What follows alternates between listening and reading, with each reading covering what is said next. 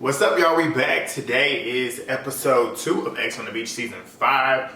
We about to get into it, but as always, thank y'all again for rocking with me, supporting.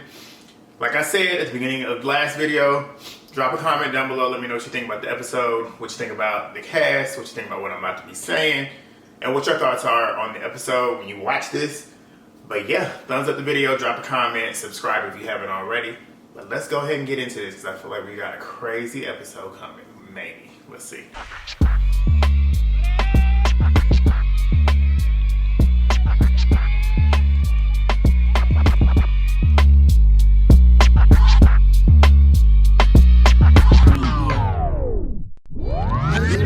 Alright, y'all, like I said, we setting the groundwork. Here we go. It started out kind of slow, truthfully. We got Ranin, what do I want to keep calling her? Ranin. We got Ranin, Derynn, and David at the beach. They pretty much are all just like normal, nervous to see who's about to come out the water, and it ends up being Ricky, which is Derynn's ex from Double Shotted Love, the stripper. So he gets on the show, and he's basically talking about how he found most attractive about Derynn when he first met her was her personality, and her energy, and her confidence, and her mind. And then he said basically the reason why they had issues or broke up or whatever is because he couldn't keep it in his pants, aka he keeps just basically going out there and just moving like he's single. And Derynn was basically saying the same thing. She's echoing the same thing. They kind of had an open relationship. She said that was established, but the only thing that they had to really do in that open relationship is let each other know when they was fooling around with somebody else. He didn't do that, and that's why they broke up. So he gets down and he's sitting there with them, and they ask him what happened and whatnot. And he's basically saying he fucked up, and he's here to make it better for her, and he's here to kind of basically show her that he's changed. And that's what that's what we're gonna see is gonna happen. We're gonna see if that's gonna happen, because Derynn eventually said in a later scene that she wanted to give him a taste of his own medicine. So basically, she's looking around to see who she can really do what he did in his face.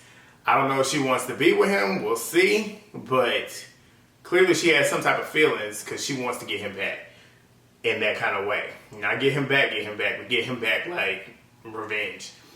And Derynn's that type of person. If you know who Derynn is, you know. She gonna get it back. So then we get a scene with Ray and Arisce. They basically just rehashing the next day. Ray's basically saying he wants to see where he goes with Caro. He's not like, it doesn't seem like he's shutting the door on the possibility of them getting back together, but it just seems like it's just open up in the air. And then we get another scene, which was Devon, Mike, and Arisce. They're basically sitting there talking about Mike and Arisce's relationship. Devon, in a way, is kind of playing like the mediator, trying to see what the issue is and why they had issues and whatnot. And Mike said he feels like Arisce just doesn't take him seriously because he be out here, he just be moving around, doing him in a way, acting like a hoe. And she said that. And basically he said he feels like she possibly is this way towards him because she's guarding herself because she don't want him to hurt her. And that's basically what she said. She's like, yeah, that's the reason why. Like, clearly they care about each other, and they ended up telling each other they love each other, and they kissing and stuff, and Devon runs away, and she feel like she intruding. So then the next scene we get Devon and Jamar. So we get them revisiting their scene and their story of Devon and Jamar having their little long-term relationship before he went on Big Brother. And him getting on Big Brother and him kissing on Minh-Ly and whatnot. Jamar is basically saying that Devon had ghosted him, and he's basically trying to get her attention and whatnot. And Devon's basically saying like, nah, you went out here, you was kissing this girl, da-da-da-da. You said that you had feelings for me and whatnot, but you clearly don't because you out here kissing on this girl. And Devon's basically saying, like, if she come in here and pop up, well, she knows Minh-Ly is very likely going to walk in these doors. She's like, yeah, if she pop up in here and she start throwing it on you, going to catch it? Like, what's going to happen? Because if it happens, then we're going to have an issue. And that's where we're at now. So let's see what happens. Because I see that foreshadow. And that foreshadow is showing me that we're about to get into Jamar, Devon, and Minh-Ly. So here we go. Alright, so we get Ricky back to the house. So he's back to the house and meets everybody for the first time. They grill him and whatnot. Basically asking the same questions that they was asking him at the beach. And he basically gives them the same answer. He's here to kind of win her back. And Derynn's like, if you would have asked me 9 months ago, I probably would have punched him in the face. But right now, he's decent. Like, she's saying like he's not necessarily as bad to her as he was back in the day. But that's where that is. And then they end up basically sitting down at the end of the night. And they ended up sitting around the, looks like campfire, really, truthfully. Bonfire, maybe, not campfire. But, and they play this game, suck and blow, and then they say if you drop it, then you got to do truth or dare. So we'll just go down the line. Mike ended up dropping it the first time. He ends up being dared to kiss Derynn and David by Mike because Mike is being messy. Mike is clearly the one who's going to start all the drama, which I ain't mad at it. Give us a good show. And he wants basically them two to kiss to piss off Ricky. And Ricky's looking, and it looks like Ricky was, in a way, trying to figure out if he actually is jealous. And it didn't seem to me like he was jealous. It just was like, okay, like, what's really going on? And he's basically saying she's single, so I don't care why y'all would think, I don't know why y'all think that I would care. And that's basically where that was. And Derynn was basically trying to make him even more jealous by saying that the kiss was a 12 and a half and whatnot. So that was funny. Jamar ends up dropping his. Caro tells him to kiss, make out with Devon for 7 seconds, and that's exactly what they do. We'll move on past that. David drops it again. Caro then tells Arisce, David, and Mike to three-way kiss. They do that. Arisce is basically looking at Mike and David like, what's going on here? She said because they kissed a little too easily for her. And basically she's alluding to the fact that they probably already done something before, which we all know they have. She might not know that, but she's definitely onto something. And Arisce is smart. And Arisce is cool. I think she might be the MVP so far for me, besides Devon, obviously. But of the people that I didn't know, I didn't expect her to be this entertaining to me. But Arisce, she's dope. And then Jamar drops it again. And then basically he said truth or dare, and he said truth. Devon asked him, do you still have feelings for me? And he says yes. Devon takes it, and Devon's basically saying like, she don't know if it's true or not. Because Jamar is Jamar, and she's basically saying all she wants from him is the truth. And we all know Jamar ain't that type of person. He ain't gonna tell the truth. So we'll see what happens in the future. Like, all this is kind of like foreshadowing to what's gonna happen in the end, either the end of the episode or the beginning of the next episode or the next couple episodes.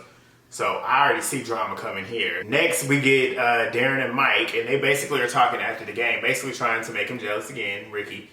Ricky ends up seeing, and basically, Ricky is charged up by Mike, Ray, and Caro, and they basically just instigating a fight. He gets over there and he starts pressing David. They start having a war of words, and things get a little tense, and we're gonna see if they do something. We know they ain't about to pop nothing. Ain't nobody about to fight, but we're about to see. Alright, so we get back, and pretty much after instigating the fight, Mike ends up being the one to calm down Ricky, but Ricky is basically saying like, when Derynn was screaming whenever they was fighting, well, not fighting, but arguing, him and David, she was basically telling him to stop, and basically that's what made him stop and calm down, because he said he feels like hearing her want him to stop was her basically showing that she cared for him. Whatever. He basically sits down with her and basically admits that he was jealous, which that's what Derynn was doing it for in the first place, so cha-ching for her. And that's basically what she said, and he was like, yeah, he apologized, and he went over to David and basically was like, yeah, I misread the conversation. Well, he didn't say he was jealous, but he just basically said he misread the conversation, and basically was like, she was single and he's single and she can do that, and da-da-da. Basically he was saying he was jealous without saying he was jealous. So then we get Arisce and Mike. They had a little scene. She's sitting there popping his pimples and whatnot. Nothing too crazy happened in this moment, so we're gonna gloss over that one. Then we get Jamar and Caro, and basically they outside, and Jamar is sitting there flirting with Caro the whole time. Caro was basically asking him, like, what's the deal with you and Devon? And he's basically saying, like, he just wants to be honest, he's a player, and whatnot, and basically just saying, like, he's the type of person, you might fall in love with me, and basically, if you fall in love with me, then that's your own issue, not mine. That's basically what he was saying. And he's sitting there flirting with Caro, basically saying, like, if he wanted to get Caro, he could get Caro, da-da-da, just being Jamar. And Caro is laughing and basically flirting back, so something about to happen. Something's about to happen. That's just what I'm seeing. But all in all, he don't see it as a problem if he's going to go for Caro after he just had that conversation with Devon. He don't see that as a problem, which, like Caro said, just be honest. If you want to be with somebody, don't have Devon out here looking stupid. Be honest and tell her that you out here trying to find other girls and not out here trying to kiss her ass and tell her the sky is green when it's blue. Like, be upfront and be truthful. And that's where Devon, that's what she wants. Like she said in the last scene, I just want him to be truthful. But then they ended up having a fashion show at the end of the night. They're basically outside, and Ricky ends up going inside, finds a message in a bottle. They all get together. It's a shack of secrets. Devon is going in there. They basically said something like, you can't run from your exes, but you can find out the truth. So basically, you about to go in here and find out if this is something that you could work through or something that's going to blow up. So we about to see. Devon about to bring us a show. So, all right. So we get Devon to go to the shack of secrets. So Devon is on her way down there, and they all watching her walk down there. And they basically going to watch the entire scene of her figuring out what's down here. So when she gets in there, it's called the escape room. The escape room. Basically, she has to find these clues like a normal escape room. You got to find these clues, answer these clues to get out the room. So basically, all these clues are about Jamar. So the first one is basically talking about how he uses transportation to get somewhere, or somebody using transportation to get to Jamar. So Devon's like, okay, a plane, because that's the only way she's going to go. She said she ain't getting on a damn bus to go see somebody. So she gets the plane, plane's wrong. Then she goes and gets a car, I believe. The car was wrong. No, it's a boat. She went to go get the boat was wrong. Then she ended up getting a bus, and she's like, nah, I ain't been on no damn bus. And then that's when it clicks. Somebody else took a bus to go see Jamar. So then she gets to the next clue, and it's basically saying like the bus ride took 8 hours. Jamar made sure to wrap up his favorite present. Devon starts looking in there. You can tell in this moment she already knew what it was, but then she goes and she starts looking. There's some presents around there. She gets the presents, she opens up the presents, and what's in the presents? Some condoms. AKA he wrapped his you-know-what because he was out here fucking. And basically, they all see that, they all going wild. She in there like, what the fuck's about to happen? And we about to see what the fuck's about to happen. This can go one of two ways, and I'm thinking it's gonna go the way we thinking it's gonna go. And what the fuck did I say? I knew this nigga was on some shit. So basically, Devon opens up the door and in walks Minh-Ly. Minh-Ly was on Big Brother Canada with Jamar. She comes in and is basically saying like her and Jamar was fighting all the time on the show, which they were. And she said that turns her on. She likes toxicity and she likes that type of toxic love, which makes the sex better for her. And there's a lot of people like that out there. Like there's a lot of people out there like that. That's why a lot of people are in abusive relationships and stay in it because they like that toxic sex and that toxic sexual tension that leads to that. So people put up with it. She's the type of person that would put up with that shit. But basically she's saying she's coming back because she feels like Jamar would want to come back and get back with her. So basically she walks in, her and Devon looking each other up and down. She basically saying, do you know who I am? Devon's like, yeah, I know who you are. Do you know who I am? And basically she's like, yeah, I know who you are. You're Devon. So they sit down and basically they just shoot the shit and basically tell each other what Jamar was telling each other. Devon was basically saying Jamar is telling him, or telling her that he wants to get back with Devon. And then Minh-Ly basically tells Devon that he out here saying that she's obsessed with him, talking about Devon is obsessed with him. Now, we all know, as fans of the show, Big Brother, you see, I mean, you just see stuff when these people go live and stuff. Jamar sits in Devon's comments like a whole fan. And he got the audacity to get his black ass on this TV and tell this woman that Devon is obsessed with him. Nigga, you better be lucky that you even on this show. Because if Devon didn't bring your ass on the show, you would have not been on TV again. Like, did you forget why you got sent home on Big Brother Canada? They was trying to blackball your ass because you was doing what I'm doing right now, shooting them fingers up. And you gonna get your ass on this TV and sit here and say this woman is obsessed with you when you literally sat in her comments for months? Like, we seen that shit. You can literally go on YouTube and see that shit. You can go on Twitter and see that shit. So that pisses Devon off. She goes outside and turns Inglewood out on that ass. Like, she lit him up. And basically, he's sitting there trying to act like she ain't really, like, she basically just on some bullshit and just basically sitting here doing the most. And now, like, everybody in there was basically backing up those claims. He basically running around here telling them that Devon is obsessed with him and yada, yada, yada. Minh-Ly's crying. She's irritated. And basically, her and Devon both are sick and tired of his bullshit. And then now he done got caught up. And it looks like the rest of the house is, at this point, trying to console Devon. But, like I said, Jamar, this nigga really think his shit don't stink. And for you to get your ass on here and basically try and play Devon and say that she obsessed with your ass? Your ass? Don't nobody know who you are. How is she obsessed with you? Like, you literally better be thanking your lucky stars that you on this motherfucking show. Like, you back on TV because of her. Don't get me started. We'll see what's about to happen. So we get back, and it's the next day and whatnot. So basically, Mike is sitting there talking to David and basically telling him about Arisce telling Mike that she loves him. And he said basically that he loves her too, but he shouldn't have said that. So basically, in a way, he kind of playing her like Arisce was already fearing in the first place. Which is so... That nigga ain't shit either, because it's like they just out here dogging these girls out on TV, and that's basically what it is. Arisce was basically saying the reason why she didn't take him serious to begin with is because she feared that he would do some dumb shit like this, and here he is doing it on national fucking television. But then we get another scene with Jamar and Devon. They're basically rehashing what just happened the night before, and Devon is very irritated, and she's like, basically like, I'm done with you, bro. Like, we can't even be friends. Like, I'm done with you. You out here trying to play me like I'm literally obsessed with your ass. And he's sitting there looking stupid and shit, and then like she basically starts crying because he out here saying that he hate her and he don't even like her and whatnot.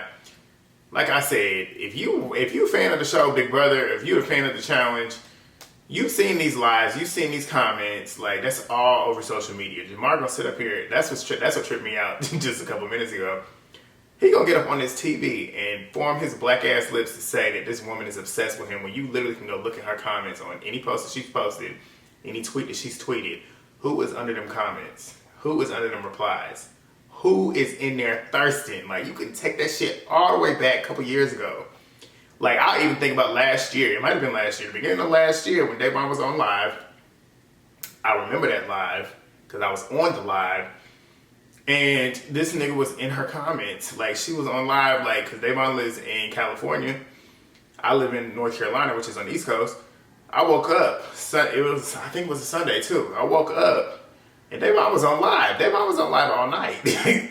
Like, just talking to her fans that she actually got. Like, because people care about Devon. They care about watching what she got to say. And who was in them comments? All night. Right. But she's obsessed. Okay, bye. But anyways, we get the next scene, and that's basically Jamar and Minh-Ly. They basically just rehashing the same shit. And Minh-Ly is basically saying like, nah, like this can't happen. If you're gonna be out here doing this, you gotta be truthful. Basically saying kind of the same thing Devon done said. And he's basically saying that Minh-Ly looks good, and basically he's trying to see what could possibly happen with them again. So it seems like they possibly could play with that, but we'll see what happens there. And we get them all back at the scene where they're basically sitting in front of the couch, basically waiting to see whose exes are coming next on the totem. We got Ray's face.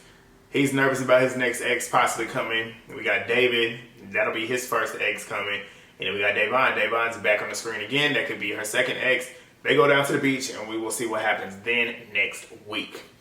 And then next week in the preview, Minh-Ly is breaking glass and cutting shit up with knives on basically on the table. She and Jamar are having a pretty heated discussion. It seems like he might have been fucking around with somebody that is her enemy. And if you watch Big Brother Canada, you know the only the only other person that would be Maddie. That's who I'm thinking. And Maddie don't like her either. She been talking shit on social media about Minh-Ly too. So that's all I can assume at this point. So we're going to get into that next week. And then also we got Caro and Ray. They got some more drama. They beefing and whatnot. And it looks like Mike is about to get in Jamar's ass because he starts losing his shit at the table too. So we got a lot of drama next week. This episode was quite crazy. It was a good one. There's a lot of drama, a lot to unpack. But yeah, that's my thoughts.